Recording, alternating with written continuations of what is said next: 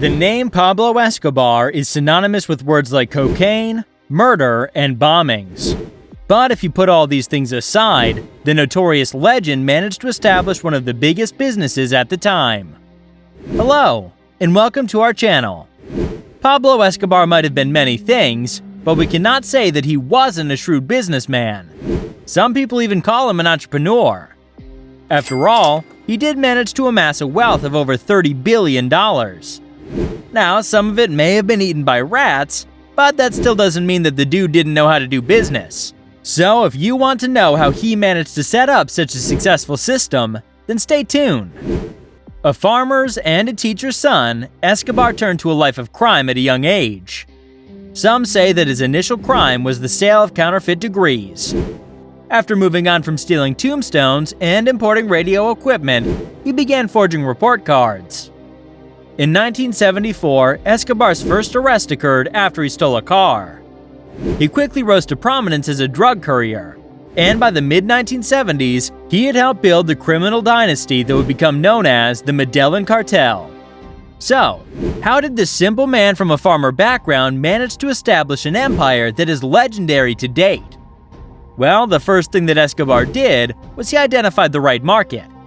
In the 1970s, 1 kilogram of cocaine in Colombia sold for $1,500 on the black market.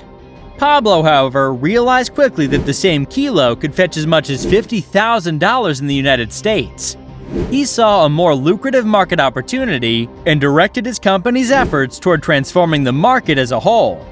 If you're an entrepreneur, you know how crucial it is to expand your consumer base beyond your immediate area. Costly initial investments in infrastructure may be justified by the potential for high returns in a big, uncontested market. Other than identifying the right market, Pablo also cared about the quality of its product. Pablo Escobar took extraordinary measures to guarantee that his offering was the greatest available. Escobar's pure Colombian cocaine was gobbled up by an ever pickier American market. Escobar was never one to reduce prices in order to remain competitive. There would be no need to undercut the competition if the product actually lived up to its claims of quality. The product would sell itself. And yes, that's exactly what happened. In the 1980s, nearly all American cocaine consumers paid whatever Pablo Escobar charged for his product, since it was the best available. As a business owner, you need to make sure your product is superior to the alternatives on the market. Another brilliant move from Escobar was that he locked up his distribution network. In spite of the unconventional nature of his business, Escobar utilized distribution channels to the same extent as Colombian bankers did. Instead of handing over control of his drug trafficking routes to other gangs, Escobar instituted a royalty system, whereby other gangs had to pay him for the privilege of using his routes. Thus, Pablo Escobar was raking in daily royalties from people who weren't even in the cocaine business, but were instead using the same waste to smuggle out illegally produced goods like livestock, crops, marijuana, etc. Because of cocaine's rising demands, rival products were eventually phased out. Like the marijuana industry, Escobar's cocaine business required a large labor force, which included former marijuana growers. Oh, and he always kept his competition close. Pablo struck deals with his rivals in the economic world. Even with Pablo as its leader, the Medellin cartel was more of a loosely connected bunch of drug barons rather than a cartel. Escobar brought together his enemies by uniting them around a common goal of economic success and a shared loathing of the Colombian government. Business deals between the Medellin cartel and its rival, the Cali cartel, were negotiated by Pablo at a later date. It wasn't long before the Cali cartel was one of Pablo's most reliable clientele. Besides a tax he levied for his part in helping to reverse the Colombian government's attitude on extradition, Escobar profited from the Cali cartel's use of his trade routes. Now, businessmen are known to spend some of their downtimes by investing in some much-needed comforts. Well, when you're a billionaire, such comforts get surprisingly easy to purchase. Pablo Escobar developed and possessed a lavish estate known as the Hacienda Nápoles, located in Puerto Triunfo, Antigua Department, Colombia. It's around 150 kilometers east of Medellin. A massive 7,000 acres were used for its layout. Among its many rumored amenities are a soccer field, dinosaur statues, artificial lakes, a bullfighting arena, an airfield, a tennis court, and a cost of roughly $63 million. On top, there was a mammoth and other prehistoric animal formations that kids could climb on and play with. In addition, it had a massive hand structure. When Pablo died in 1993, his family began a court battle with the Colombian government over the property. After the government's victory, all of the property was taken. The authorities even took Pablo's burnt private automobile collection. The Colombian government officially acquired full possession of the land in November 2006, at which point it was estimated to be worth about $2.23 million. Numerous privately owned structures were razed and repurposed. Many wealthy men may only dream of having as many cars as Pablo Escobar. Escobar's massive fleet was partially confiscated in the late 80s. A total of 142 aircraft, 20 helicopters, 32 boats, and 141 buildings, including houses and offices, were taken in the raid. Furthermore, these figures don't even come close to reflecting the full extent of the man's wealth. Oh, and the guy even had 2 submarines that he used for drug trafficking.